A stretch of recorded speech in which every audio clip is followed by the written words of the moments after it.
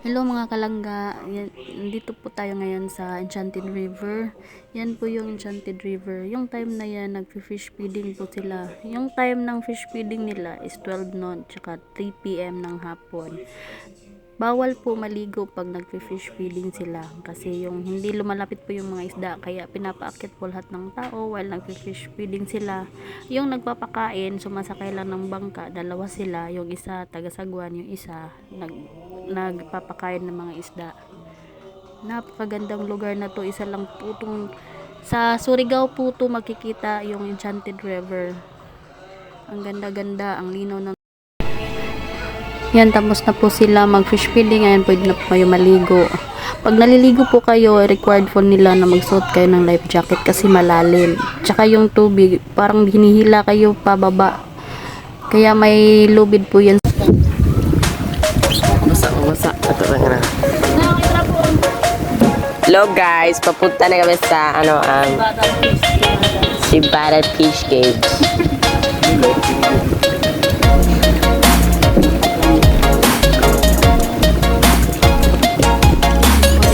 Sulog sa tubig dito.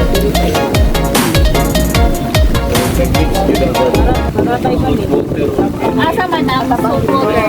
Kanin? Dito lang. Dalan mo ka tata.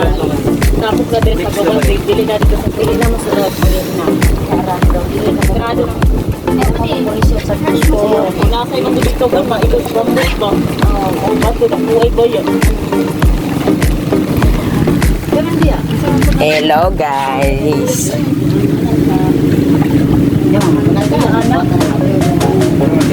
Wala ka na rin magkita.